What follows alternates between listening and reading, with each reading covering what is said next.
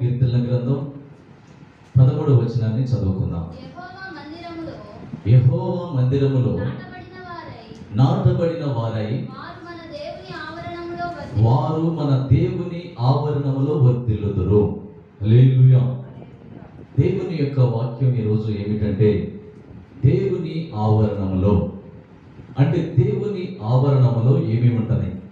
దేవుని ఆవరణానికి అనేక ప్రజలు ఈ యొక్క పునరుత్థానపు ఆదివారమున కొక్కోలుగా వెళ్ళిపోతూ ఉంటారు. ఆ దేవాది దేవుని సన్నిధికి నడిపించబడతారు. మంచిది. అయితే దేవుని ఆవరణంలో ఏముందో కొన్ని విషయాలు మనం చూసిన తర్వాత ఆ విధానంలోనికి వెళ్దాం. మరలా కీర్తనల గ్రంథం 84వ అధ్యాయం 10వ వచనం చదివిన తర్వాత ఆ తర్వాత దేవుని ఆవరణంలో ఏమి ఉన్నది, దేవుని ఆవరణంలోనికి వచ్చిన వారికి ఏమి కలుగుద్ది, ఏమి జరుగుద్ది, ఏ విధంగా వాళ్ళు దీవించబడతారనే విషయాల గురించి మీకు దేవుడు నా తలంపుల్లో పెట్టినటువంటి మాటలు మీకు తెలియపరుస్తాను. దేవునికి స్తోత్రం కలుగును గాక. ఆమేన్. నీ ఆవరణములో ఒక్క దినము గడుపుట 1000 దినముల కంటే శ్రేష్టము.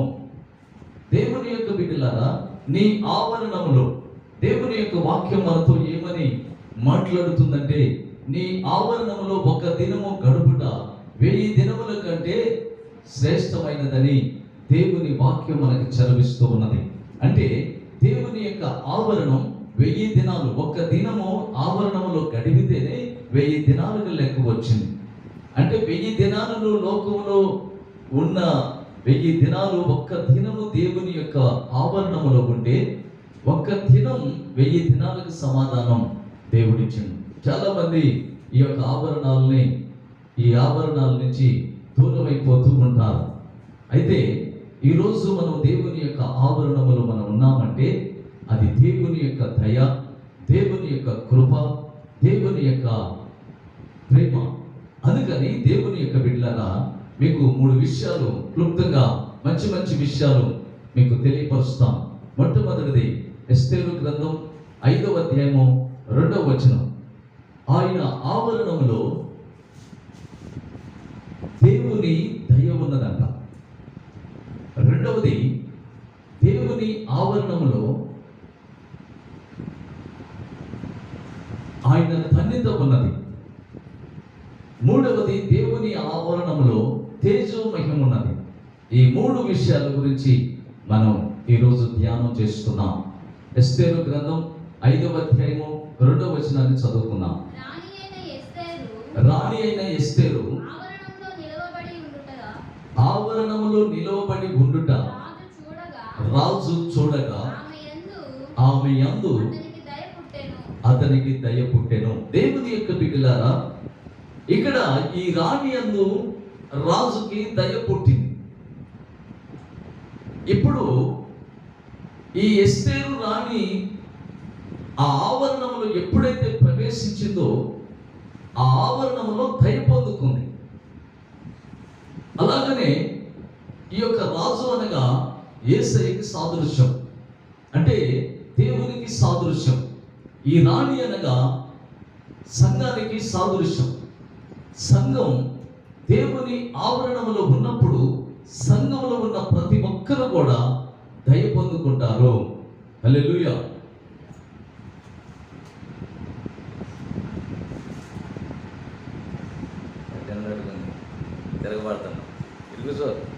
హల్లెలూయా.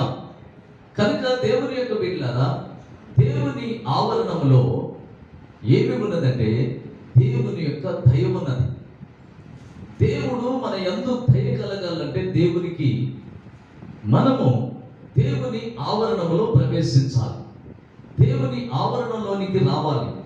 ఆవరణంలోనికి రాకుండా దేవుడు ఏంటి నాకు దయ చూపటం లేదు, నా మీద ఎందుకు దేవునికి దయ లేదు, నేనేం చేశాను, ఏ పాపం చేశాను, ఏ దుర్మార్గపు పని చేశాను, ఏంటి నా పరిస్థితి అని చాలా మంది లోక సంబంధమైన వారు మాట్లాడుకునేటటువంటి మాటలు.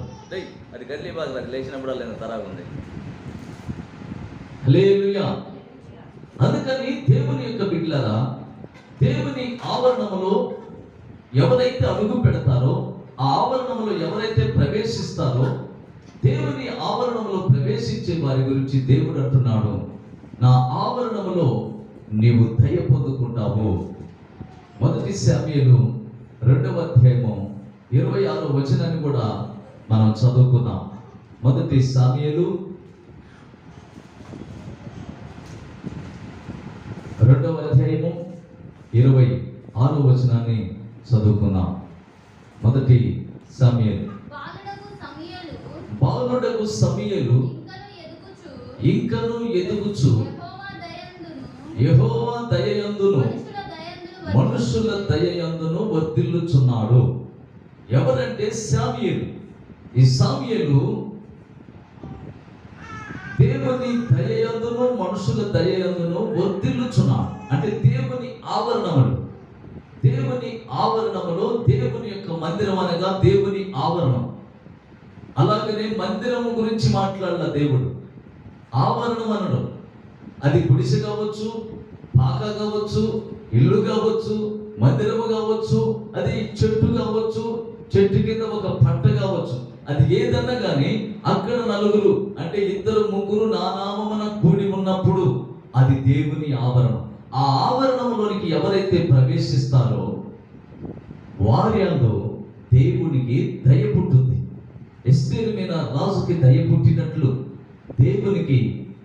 దేవుని ఆవరణములో ప్రవేశించిన వారి మీద ఆయనకి దయ పుట్టుద్ది. దేవునికి స్తోత్రం కలుగును గాక. హల్లెలూయా. అలాగనే దేవుని యొక్క బిడ్డలారా 2 శామ్యూయేలు 9:8వ వచనాన్ని కూడా చదువుకుందాం. ఆవరణములో దేవుని దయ ఉన్నది. చాలా మంది దీన్ని తెలుసుకోలేక దేవుని యందు నడిపించబడలేకపోతున్నారు. చదువమ్మా. అతడు నమస్కరించి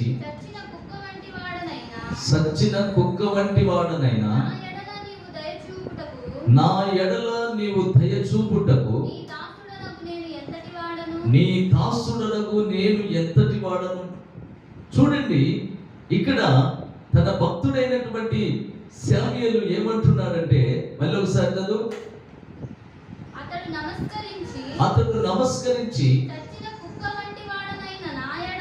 సచ్చిన కుక్క వంటి వాడనైన నా ఎడల నీవు దయ చూపుటకు నీ దాసుడనకు నేను ఎంతటి వాడను. ఎంతటి వాడను, నువ్వు ఎంత అనేది దేవునికి లెక్కలోకి రాదు. నువ్వు ఎంత ఎత్తుండు, ఎంత అందంగా ఉండు, ఎంత డబ్బు ఉంది, ఎంత ఆస్తి ఉంది, ఎంతమంది నీ కింద ఉన్నారన్నది దేవుడు లెక్క చూడడు. ఆయన లెక్క చూసేది ఏమిటంటే, ఆయన లెక్క చూసేది ఆయన ఆవరణంలో ప్రవేశించితే చాలు. ఆయన ఆవరణంలో అంటున్నాడు, నీ ఆవరణంలో నేను కుక్క లాంటి వాడను, నేను అర్హత లేనటువంటి వాడు, నేను దేనికి యోగ్యుడను కాదు, మట్టివాడిని, అనవసరమైన వ్యక్తిని, అట్లాంటి వ్యక్తిని, ఇట్లాంటి వ్యక్తిని, నాకేంటయ్యా నీవేంటయ్యా దయ చూపుతున్నావు, నా పైన నీ దయ ఏంటయ్యా, నా పైన నీ కనికరం ఏంటయ్యా, నా పైన నీ యొక్క కృప ఏంటయ్యా అని చెప్పని అక్కడ ఉన్నటువంటి భక్తుడు దేవునితో మాట్లాడుతూ ఉన్నాడు. హల్లెలూయా. దేవునికి స్తోత్రం కలుగును గాక. దేవుని సేవకుడు మాట్లాడే ప్రతి మాట దేవుడే. సేవకుడు నుంచి వచ్చే ప్రతి మాట దేవుడు. అందుకని దాన్ని దేవుడు మాట్లాడుతున్న మాటే మనకి రావాలి. అదే దేవుని మాట. దేవునికి స్తోత్రం కలుగును గాక. అందుకని దేవుని యొక్క బిడ్డలారా, నువ్వు ఎలా ఉండు, ఏ విధంగా ఉండు, ఎంత తెచ్చు, ఎంత కాలుకు తెచ్చు, లేకపోతే ఎటువంటి వస్త్రాలు వేసుకునొచ్చు, ఏ విధంగా ఉండవన్నది దేవుడు చూడడు. కానీ ఆయన ఆవరణంలో నువ్వు ఎలాంటి వ్యక్తివైనా సరే, ఆయన ఆవరణంలో నువ్వు ప్రవేశిస్తే చాలు, ఆయన దయ నీ పైన ఉంటది. సపట్లు కొట్టు. హల్లెలూయా. ఆయన దయతో నువ్వు నింపబడతావు. ఆయన దయ మన పైన కుమ్మరించబడుతుంది. దేవునికి స్తోత్రం కలుగును గాక. అలాగనే రెండవది, కీర్తనల గ్రంథం 65వ అధ్యాయము 4వ వచనాన్ని కూడా మనం చదువుకుందాం. దేవునికి స్తోత్రం కలుగును గాక. కీర్తనల గ్రంథం 65:4. నీ ఆవరణములలో నివసించున్నట్లు నీవు ఏర్పరచుకొని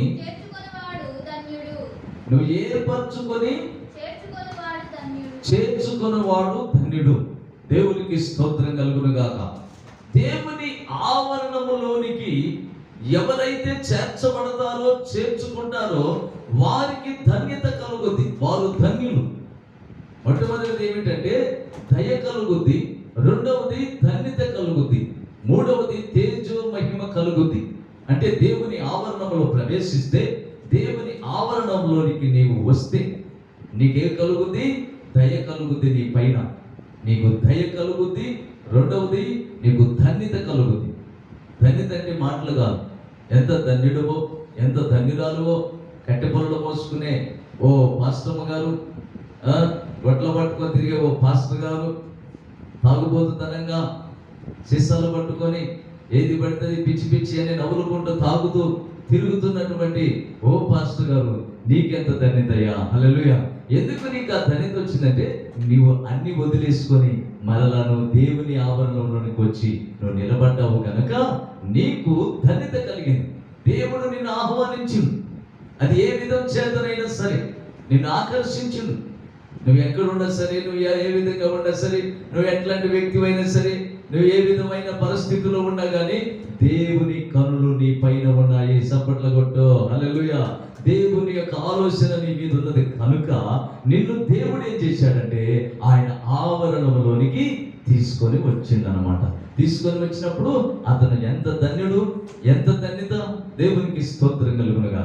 చూడండి, మత్తయి సువార్త 5వ అధ్యాయము 8వ వచనాన్ని కూడా చూద్దాం. మత్తయి సువార్త 5వ అధ్యాయము 8వ వచనం. హృదయ శుద్ధి గల వారు ధన్యులు, వారు దేవుణ్ణి చూసెదరు. గట్టిగా సపట్లు కొట్టండి. హల్లెలూయా. హృదయ శుద్ధి గల వారు ధన్యులు. ఇప్పుడు ధన్యులు ఎవరంటే హృదయ శుద్ధి గల వారే ధన్యులు. ఇప్పుడు మన హృదయాన్ని శుద్ధి చేసుకుంటున్నాం. ఒకప్పుడు మన హృదయం ఎలా ఉన్నదో మనకి తెలియదు. లోక సంబంధమైన ఆలోచనలతో, లోక సంబంధమైన అలవాట్లతో, లోక సంబంధమైన పద్ధతులతో, ఈ లోక ఆలోచన అలవాట్లతో నలిగిపోతూ చెదిరిపోతూ ఈ యొక్క హృదయాన్ని పాపపు చీకటిగా, లోకపు చీకటిగా, శాపముగా ఈ యొక్క హృదయాన్ని ఉంచినటువంటి మనలను దేవుడు ఆయన యొక్క కృప ద్వారా ఆహ్వానించి ఆస్వాదించి ఇక ఆయన యొక్క ఆవరణంలోనికి తీసుకొని వచ్చాడు. ఇప్పుడు ఆయన ఆవరణంలోనికి మనం వచ్చాము కనుక ఆయన ఆవరణంలో ఉన్నవారు అందరూ కూడా ఎవరయ్యా అంటే హృదయ శుద్ధి గలవారు. సపట్ల కొట్టు. హల్లెలూయా. ఆయన ఆవరణంలో ప్రవేశించే ప్రతి ఒక్కరూ హృదయ శుద్ధి గలవారు అని దేవుని వాక్యం మనకు చలవిస్తుంది. హృదయ శుద్ధి గలవారు ధన్యులు, వాళ్ళు దేవుణ్ణి చూస్తారు.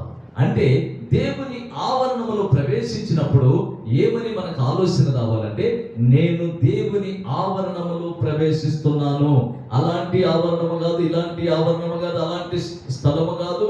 నేను ఎక్కడ పడితే అక్కడ నేను ఆవరణంలో ప్రవేశించట్లేదు. నేను దేవుని ఆవరణంలో ప్రవేశిస్తున్నానన్న మనసుతో, భయముతో, వణుకుతో ఎవరైతే ఆ ఆవరణంలో అడుగులు వణుకుతూ పెడతారో వారి హృదయము శుద్ధి అయిపోతే దేవునికి స్తోత్రం కలుగును. అప్పుడు వారి హృదయము శుద్ధంగా మార్చబడినప్పుడు వారు హృదయ శుద్ధి గల వారు అయిపోతారు. అప్పుడు వారి హృదయము శుద్ధి గలదైనప్పుడు హృదయ శుద్ధి గల వారు ఎవరంటే వాళ్ళు ధన్యులు. అంటే వాళ్ళు దేవుణ్ణి చూస్తారు. హల్లెలూయా. దేవుణ్ణి చూడగలిగిన వారు, ధన్యత కలిగిన వారు మాత్రమే దేవుణ్ణి చూస్తారు.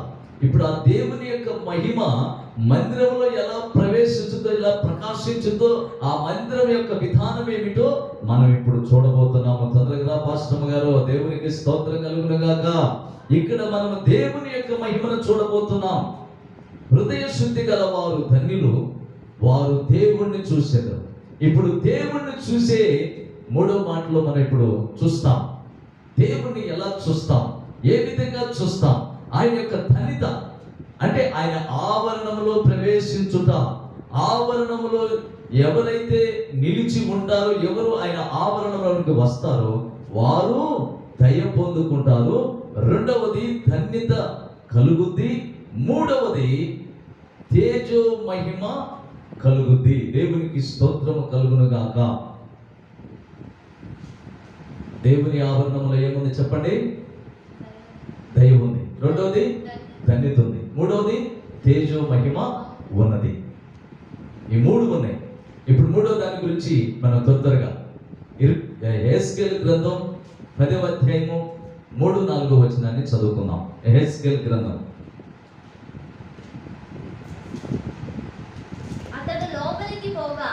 అతడు లోపలికి పోగా కెరూబులు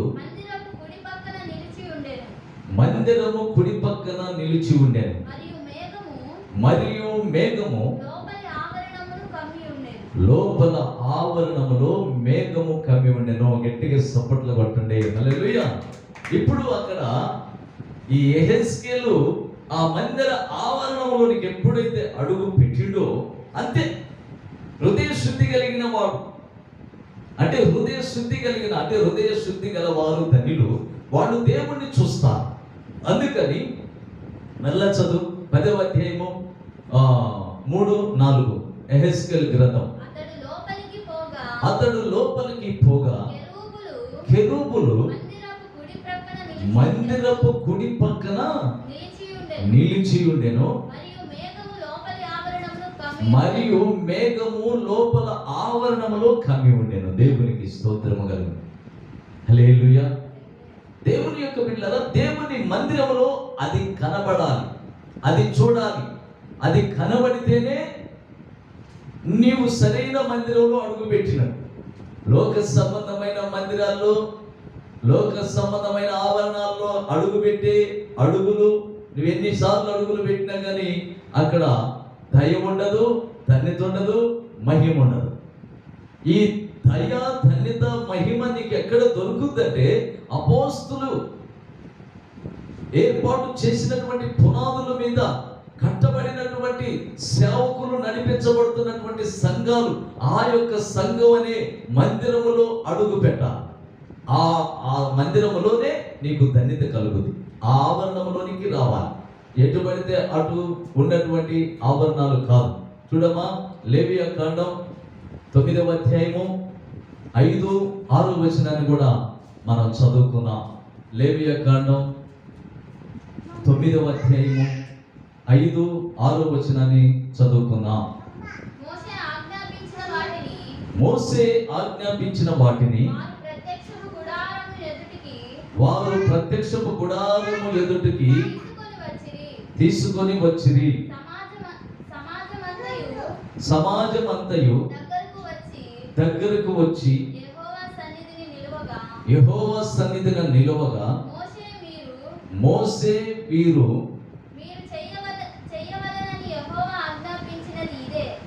హల్లెలూయా. దేవుని యొక్క బిడ్డలారా, మోసే దేవునికి ఆజ్ఞాపించిన విధానాలు ఇవే. ఈ యొక్క మార్గములోనికి రావాలి. అందుకని దేవుని యొక్క బిడ్డలారా చూడండి, 9వ అధ్యాయం 23వ వచనాన్ని కూడా చదువుకున్నాం. అదే అధ్యాయం 9వ అధ్యాయము 23వ వచనం. మోసే అహరోనులు ప్రత్యక్షపు గుడారములోనికి పోయి వెలుపలికి వచ్చి ప్రజలను దీవింపగా యెహోవా మహిమ ప్రజలందరికీ కనబడెను. ఇప్పుడు గట్టిగా చప్పట్లు కొట్టాలి. హల్లెలూయా. మోసే అహరోనులు ప్రజలందరినీ దీవించినప్పుడు ఆ ప్రజల మీదకి దేవుని యొక్క మహిమ వారికి కనిపించింది, వారి మీదకి వచ్చేసింది, వాళ్ళని ఆవరించింది. దేవుని యొక్క మహిమ ఎవరి మీదకి వచ్చుతో ఆ మహిమ ఎవరు చూస్తారో వారు హృదయ శుద్ధి గలవారు మాత్రమే అలా చూడగలుగుతారు. మరొకరు ఎవరు చూడలేరు. అందుకని దేవుని ఆవరణములో ధన్యత ఉన్నది. హృదయ శుద్ధి గలవారు ధన్యులు, వారు మాత్రమే దేవుణ్ణి చూస్తారు. దేవుడు అంటే ఒక మనిషిగా కనపడేవాడు కాదు. దేవుని యొక్క మహిమ ఎలా ఉంటుందో మీకు ఒక చోట చూపిస్తాను, మీకు ఒక రెఫరెన్స్ లో మీకు ఇస్తాను. అయితే దేవుని యొక్క బిడ్డలారా, నేను చివరిలో ఇస్తాను. ఈ మాట చదువుకుందాం. చూడండి, నిర్గమకాండం 33వ అధ్యాయము 18-19 వచనం దాకా చదువుకున్నాం. దేవుని యొక్క మహిమ, దేవుని యొక్క మహిమ ఎలా ఉంటుందో అక్కడ దేవుడే మాట్లాడుతూ ఉంటాడు. ఆ దేవుని మాటలు ఇప్పుడు మనం వినబోతూ ఉన్నాం. అతడు చూడండి, ఈ మహిమ అందరూ చూశారని చెప్పని అనుకున్నాం కదా. ఇప్పుడు మనలో కొన్ని సందేహాలు ఉంటాయి. అందుకని ఇక్కడ దేవుని వాక్యం అప్పట్లోనే జరిగింది. అందుకని ఒక వ్యక్తి అంటున్నాడు, అతడు నీ మహిమను నాకు చూపించమని చూపమని అడగగా ఆయన నా మంచితనం అంతయు నీ ఎదుట కనపరిచెదను.